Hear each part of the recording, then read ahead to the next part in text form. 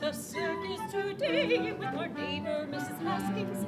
Mary is only 15 months old, and the weather is so unsettled, so I am concerned. Oh!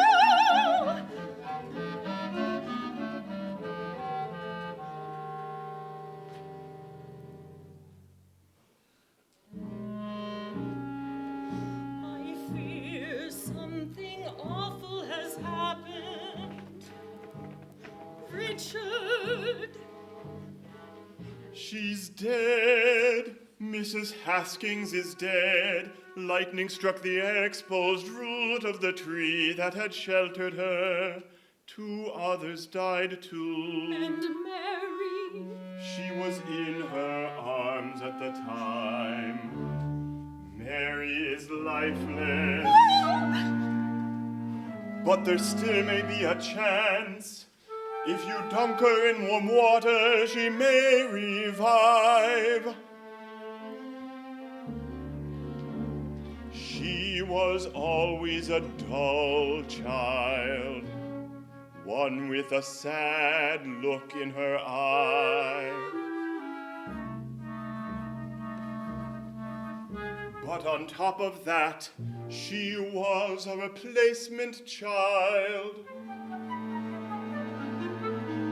We had another daughter, Mary, who perished in a fire when only 4. I don't know if Molly could stand another loss.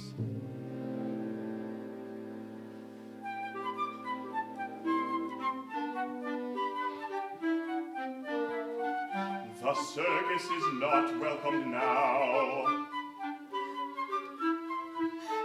She's alive! She's alive!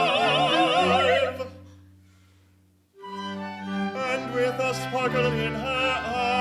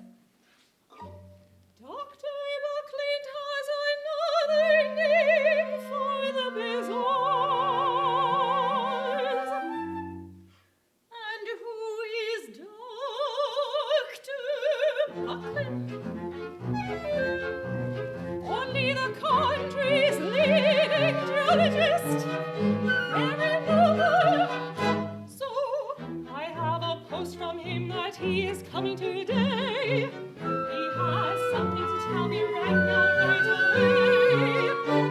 But he's rather strange. Oh, he gives lectures on horseback. He has a pet bear on a leash, and he eats wild animals. Interesting, but back to the question of bezoars. What did he name them? Like the one you're holding? Coprolites,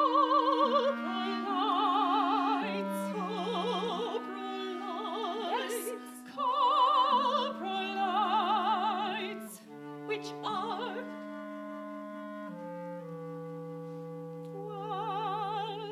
ichthyosaurus faces.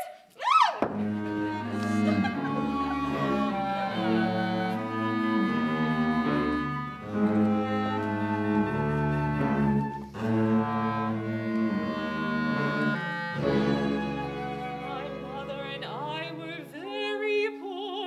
After father died, we were on parish relief, but are doing better since my discoveries.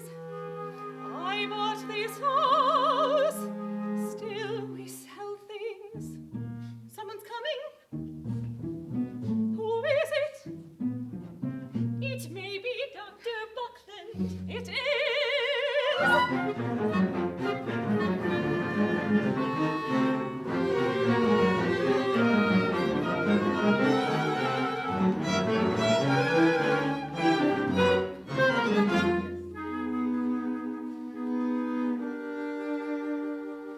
Hello, ladies. Hello, Dr. Buckland. How are you today? I'm Dr. Buckland. Mary, who is your friend? Pardon me. I forgot. You haven't been formally introduced. Dr. Buckland. This is Miss Philpott. Elizabeth. This is Dr. Buckland. May I call you Elizabeth? Of course. Dr. Buckland, we are going to break for lunch. Would you like to join us? Potato soup. Actually, I don't think so. There is no challenge in ordinary food. Why not? I don't want to limit myself. I enjoy all that the world has to offer. I salivate when I think of the feast I offer to my students.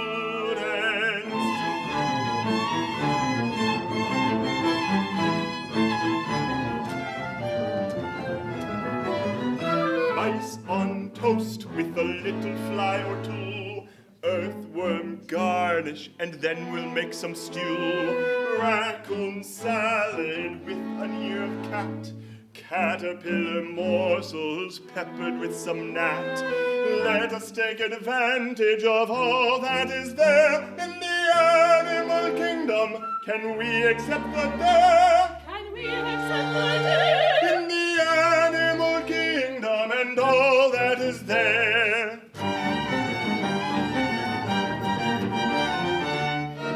I have dined on so many other things, like when my brother-in-law's horse died.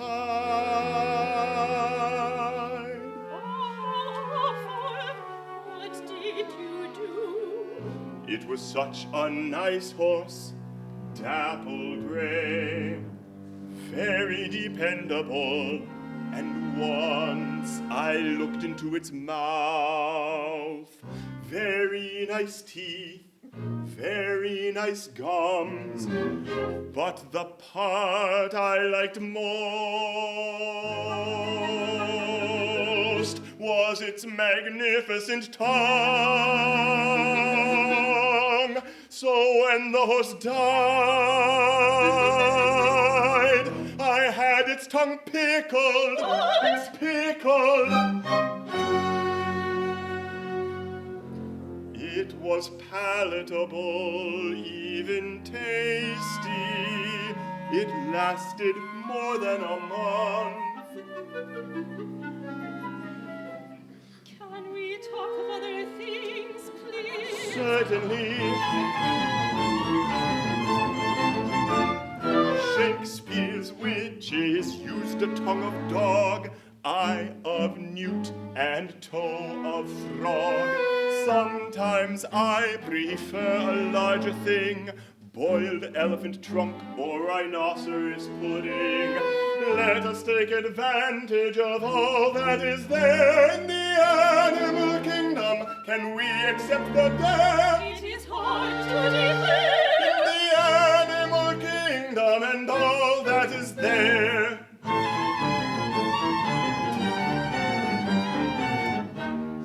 Last month I heard from the Surrey Zoo some very sad news. Their panther had died.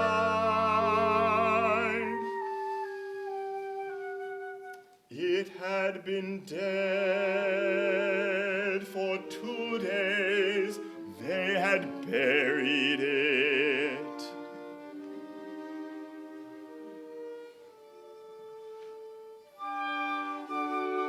So then I asked them if they would exhume the beast. No! Amazingly, they did. Ha! So I had them cut off one leg and make some panther chops for me. They sent them to my home where I dined on them. Incredible. How did they taste?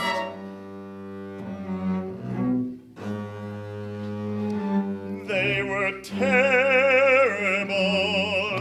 What did you expect? Now some animals taste really bad, like the mole and jellyfish I had just a tad. But I like crocodile and tender hedgehog, joints of bear and a puppy dog. No, not a puppy dog. Actually, it gets worse than that, though it was strictly by accident. How? It was at a dinner party. I was shown a silver locket. Inside it was a pumice stone-like object. Being a geologist, I put it into my mouth to determine its mineral content. And what happened? I accidentally swallowed it. Oh, Then I was told that it wasn't a mineral at all, but a piece of Louis XIV's heart. cannibal! Wait! It was mummified. A member of the Harcourt family had taken it from the royal tomb. But you see, I had no idea. No idea! None. But let us take advantage of all that is there in the animal kingdom. Can we accept the dead? We'll not accept the dead! In the animal kingdom and Jesus is remember mice on toast. Don't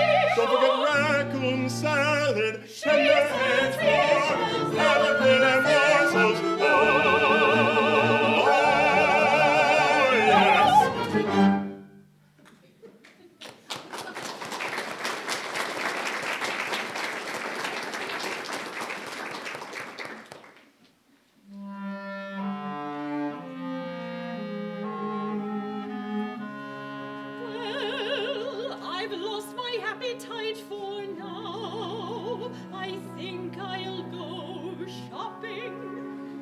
Have fun. Very well. Adieu.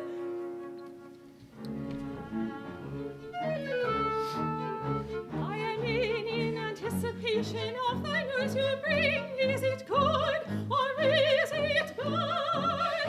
The suspense is hard to handle.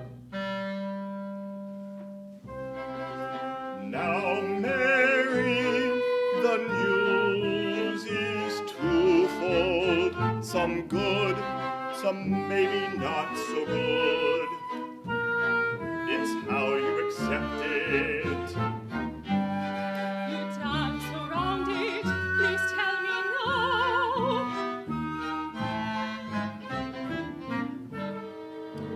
Would you like the good news first? Yes, please. As you know, the French zoologist Cuvier had tried to discredit your findings. He said your plesiosaurus was not real, but a fake. The knave, he said its neck was too lengthy for its body.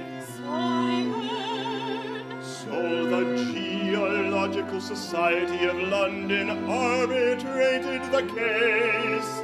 After debate, they vindicated you entirely. Your work from the very beginning has been admired by them. Members are fascinated by your discoveries. Some by your ichthyosauri. When I was 12, my brother Joseph uncovered a skull, and I discovered the rest. And 7 years later, I unearthed my very own ichthyosaurus, the one I sold for 23 pounds. There were many others. Yes, but the fossil that they fancy the most is the plesiosaurus, the one that you sketched out, that plesiosaurus. My biggest moneymaker. It's sold for 100 guineas. I am very proud of it. So anyway, if that is the good news, and what is the bad? Well, Mary, this news is very personal.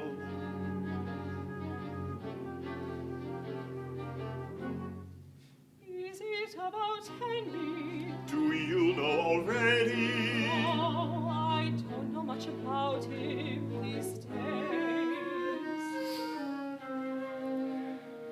We met when he was 16 and I 11. We had many adventures digging for fossils. We were really kindred spirits. We had much more than a friendship. But then his family had him marry Letitia. Courage, Mary. This is the news. Letitia was unfaithful, so Henry filed for a legal separation. Oh? To get away from things, he fled the scene to study geology in France and also Switzerland. So he's gone away again. Yes, for now. Thank you for telling me. You're welcome. I must now be going to to lunch at the zoo.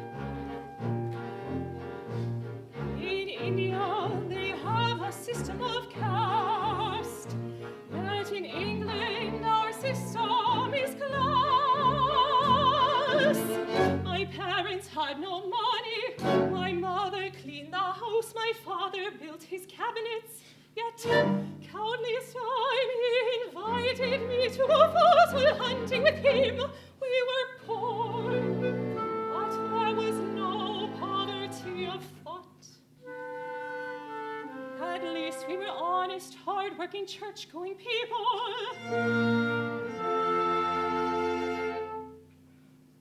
I could have made Henry very happy. Together, our love could have fueled an entire fossil industry. But I'm of the lower classes, and Henry's from the upper classes, and his family is quite dishonest. His father even changed the family surname from Beach to Delameche. It means the same thing in French. How phony to put on airs all the time. But far worse is the fact that this family's income comes from their sugar plantation in Jamaica with slaves.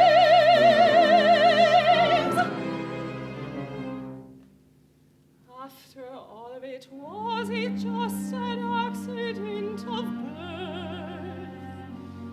Dear Henry, was he just a missed opportunity?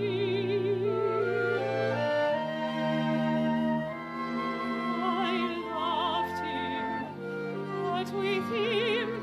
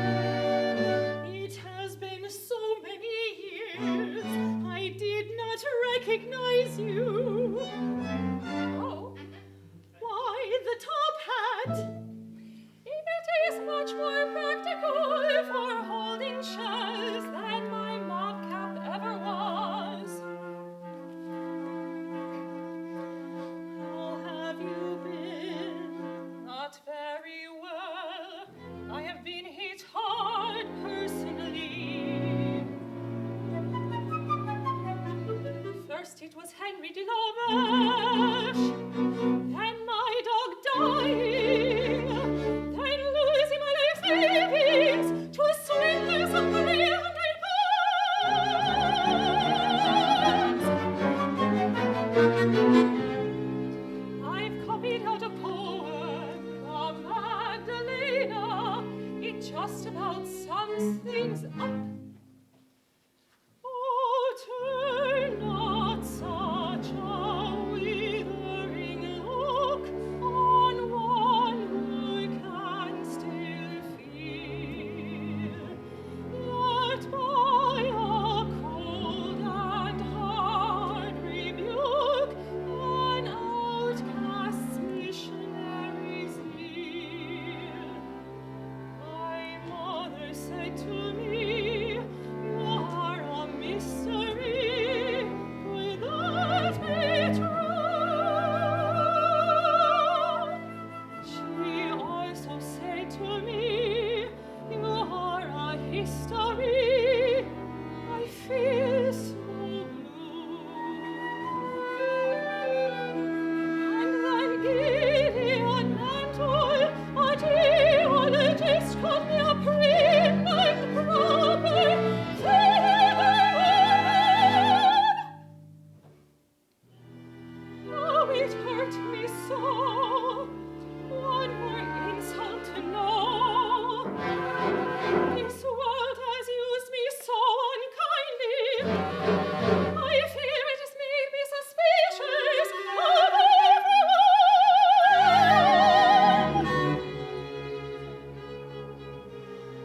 Everyone, but what of the other professors? These men of high learning have sucked my brains. They've profited a great deal by publishing works in which I furnish the contents. I derived none of the advantages. How dreadful! There with 3 particularly bad instances: Everard Home and William Conybeare, each published works describing my findings. I was not credited. Later I unearthed the skull of a massive ichthyosaurus. Thanks to Richard Owen, it became the skull of Hawkins' ichthyosaurus, with no mention of me. But what difference does it make? 2 centuries from now, the media will make me into something I'm not. But Mary, some of the professors have helped you. At times they have been really good.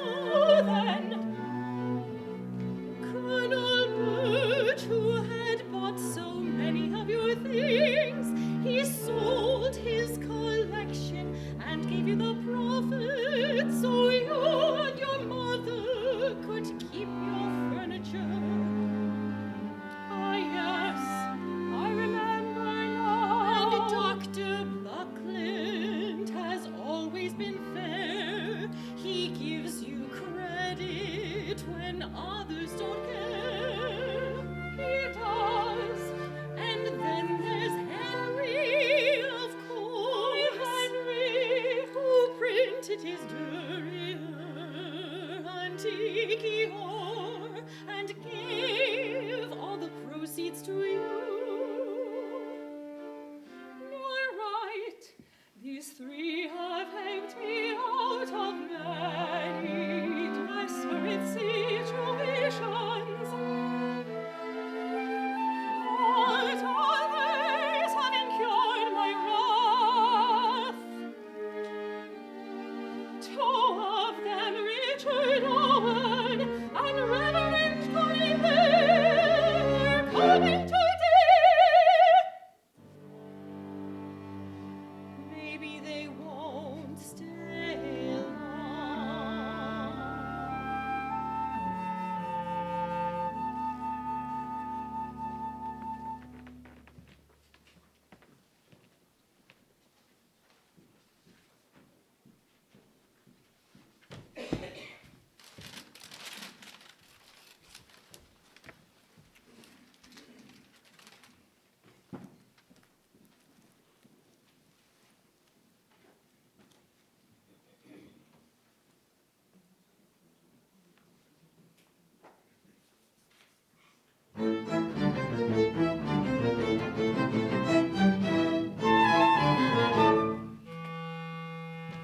Good afternoon, Reverend Coneyman. Good afternoon, Dr. Buckland.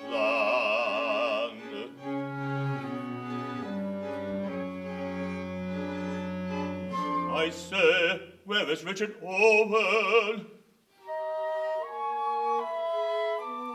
He was supposed to come back there to visit Mary Anning today.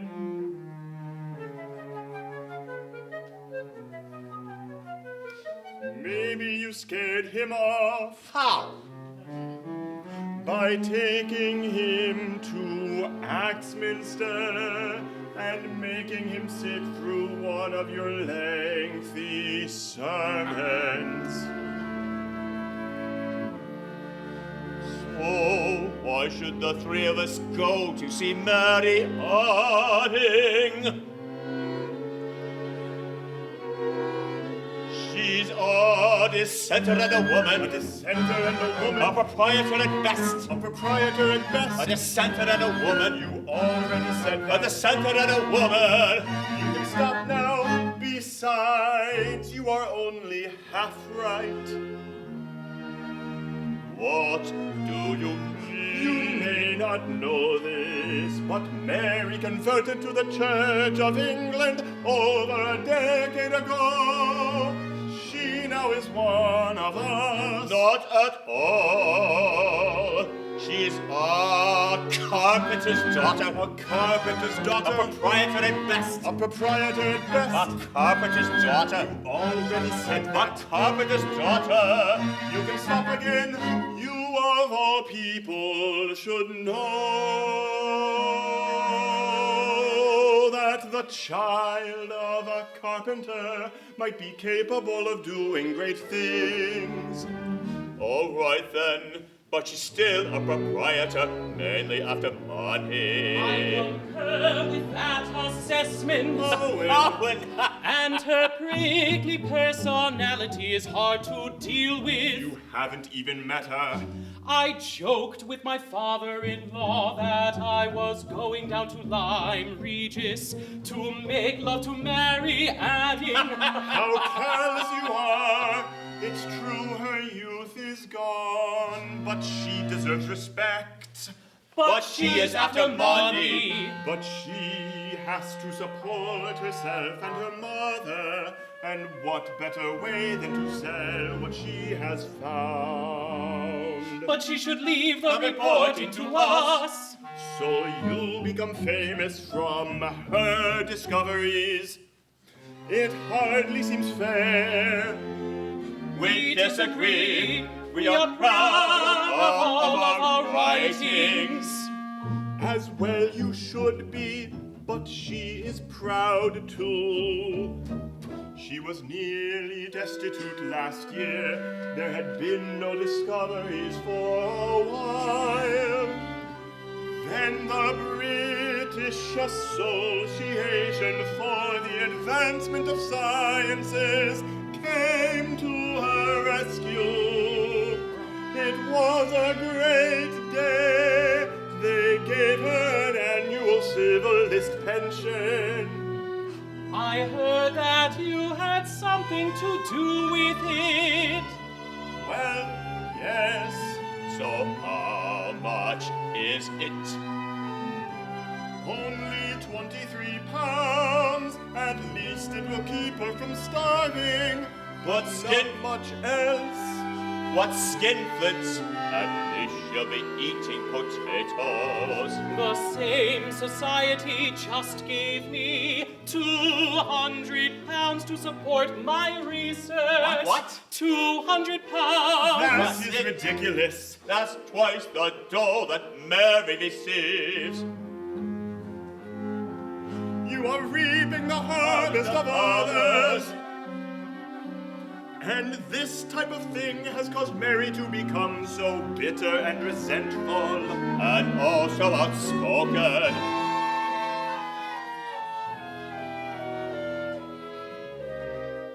Or maybe it's just her display of good, stubborn English perseverance.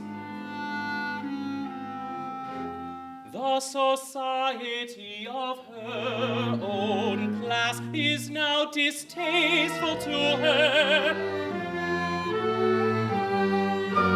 Learning has made her mad.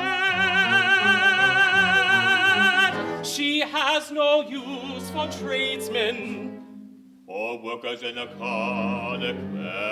She's a social climbing woman. A social climbing woman. She's beyond her class. She's beyond her class. A social climbing woman. You already said that. A proprietor at best. You can stop now.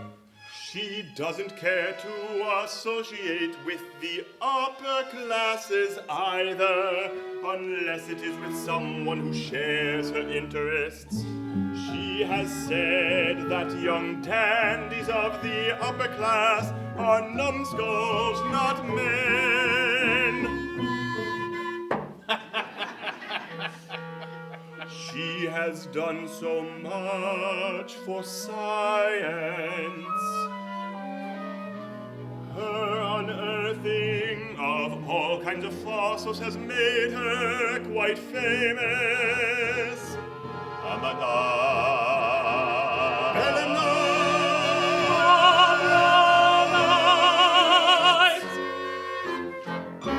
Not to mention all the zodiacs. We rely upon her knowledge for so many things. She's a fascinating woman. A fascinating woman. A proprietor with zest. A proprietor with zest. A remarkable woman. A remarkable woman. As eccentric as the rest. As eccentric as the rest. A proprietor with zest. As eccentric as the rest. She'll always pass the test, for she simply is the best. Fossil hunter, we know.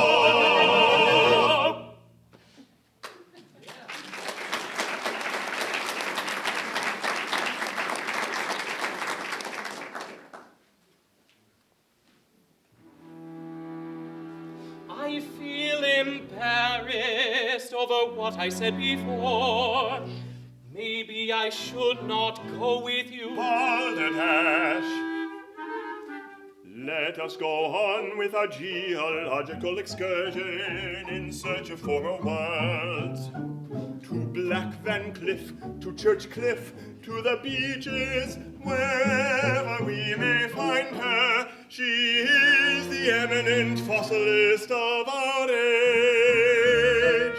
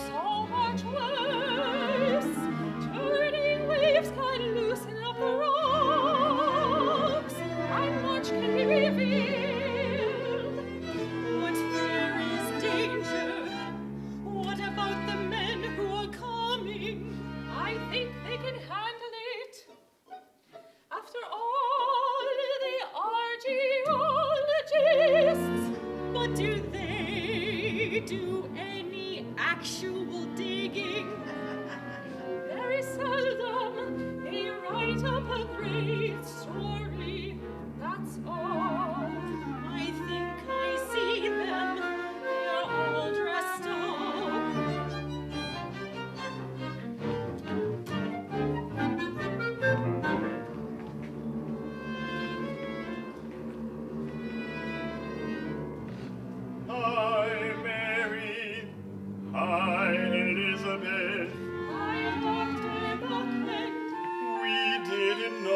where to find you. We stumbled round the cliffs and foundered on the beaches.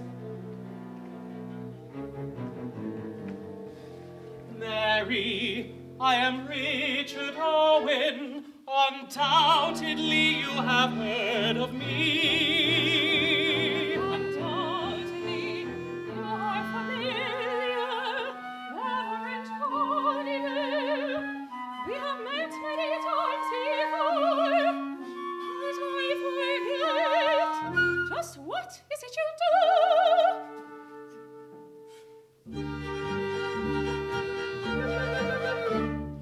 I am a theologist, shedding light, also a geologist, who can write while sermonizing. I wrote, but as a paleontologist, I saw.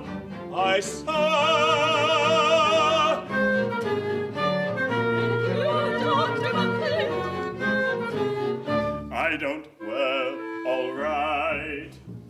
I am a geologist, not always neat, also a zoologist who likes to eat. And as an undergroundologist, I guess I'll be in lore, but as a paleontologist, I yearn for so much more.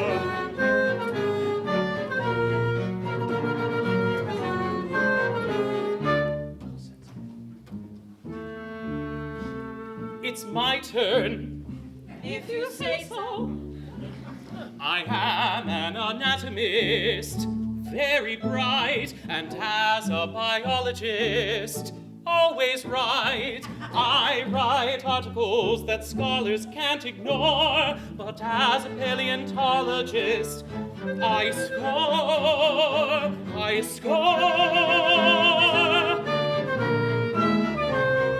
This is so much fun, I'd like to do another.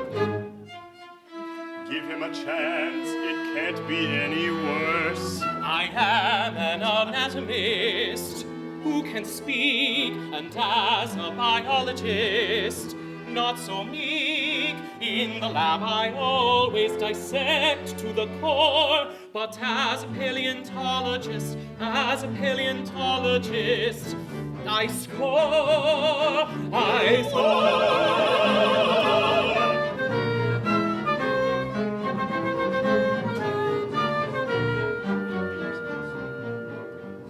I'm afraid they have left me out of the equation.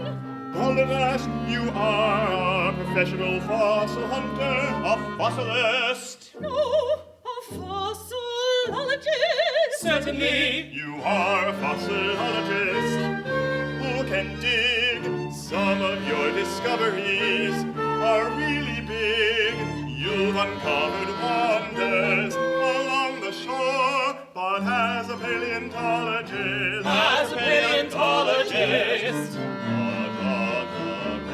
you really roll. You're at the fore forevermore. Mary Lanning.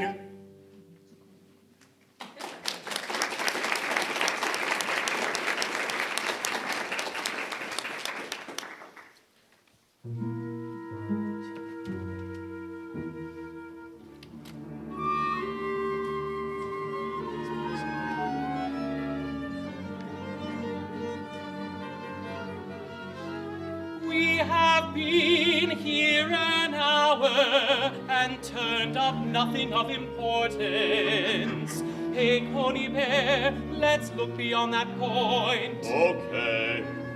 Don't go too far ahead, the tide is swiftly coming in, and eddies quickly form. Dangerous, stay close. We'll be careful. I just found something here on the surface.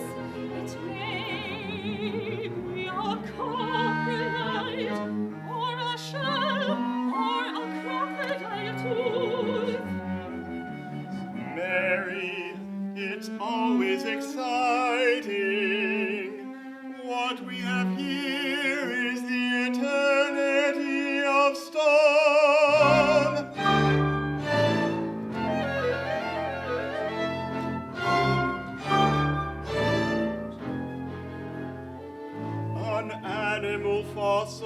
being a remnant of the role a living being played, carnivory always being a part of life.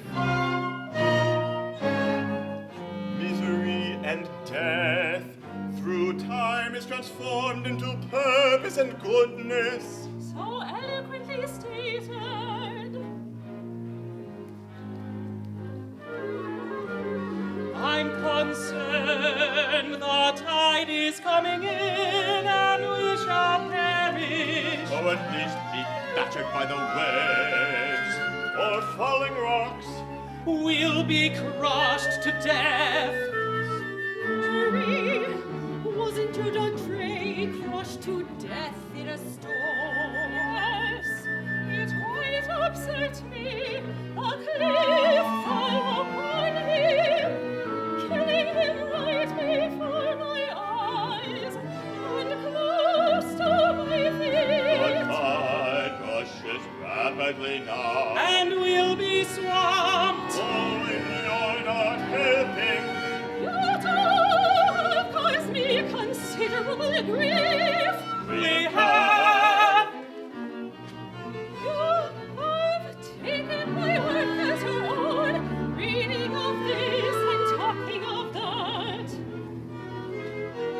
Now then listen, do you have the patience required or the physical fortitude for toiling on the cliffs or pulling out the rocks and then going home with nothing to show for it except the satisfaction of a hard day's work? I shall let the waves thrash you to bits, to condemn your remains unto eternity of stone. Now, Mary, But I am not that kind of a person. Can you keep up with me, dodging the eddies and scrambling up the cliffs? Do you see them, the boulders before us? Yes. And the crannies? Yes. When this is the way out. We'll all be safe now.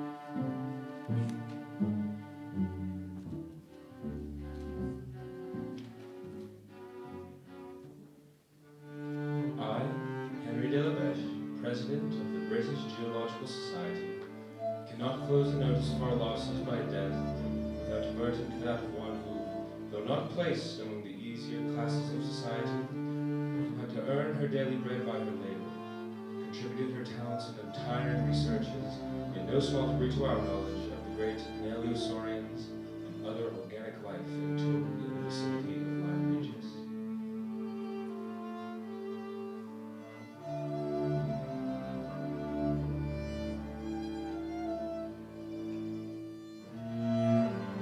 Mary Anning was the daughter of Richard Anning, cabinet maker of that town, and was born in May 1799. From her father, who appears to have been the first to collect and sell fossils in that neighborhood, she learned to search and obtain them.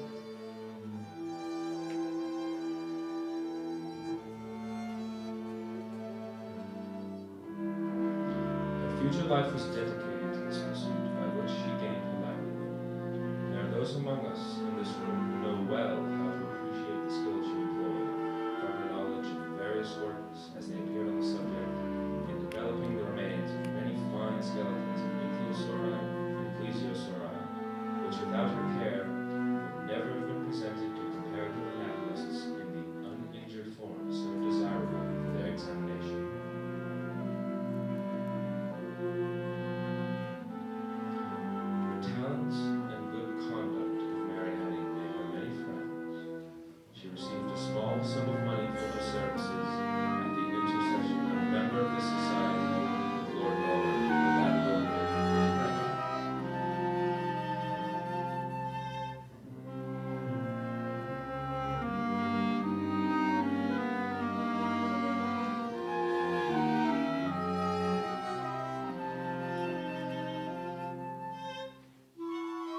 This, with some additional aid, was expended upon an annuity, and with it, the kind assistance of friends and landlages, and some little aid derived from the sale of fossils, when her health permitted her to obtain them.